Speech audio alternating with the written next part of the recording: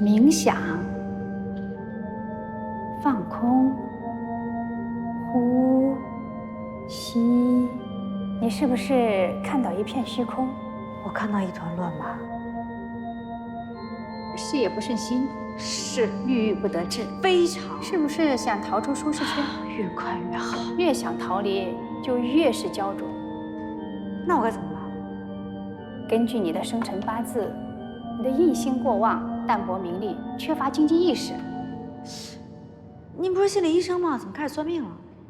心态调整来自暗示，运开了则一顺百顺。你需要贵人相助。那我贵人是谁呀？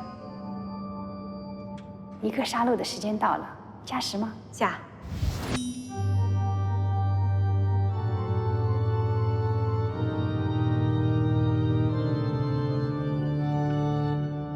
猫，猫。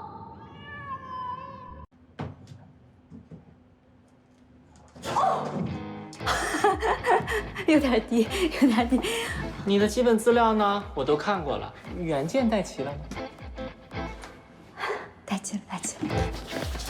房产证、户口本、身份证、体检表、银行流水、在职证明，这都可以办出国手续了。哎，你可不要嫌麻烦，毕竟我们家小公主是我一手带大的，把她送给别人，那就跟自己家女儿一样。更何况我一分钱不收，白送，你说对不对？哎，放心，我就是自己留个底，不会泄露你的私人信息。还真留底呀！哎，你这么凶，再扣5分。万一你消失了，我上哪找我家小公主去啊？不抽烟喝酒，没有任何不良嗜好，身体健康吗？高压120，低压85 ，BMI 17.8。瘦了点儿。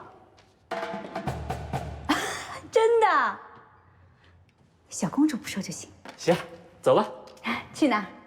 你家呀？我要是反对呢？那就免谈。走。来，小公主，我们一起去参观一下未来主人的居住环境。小公主先走。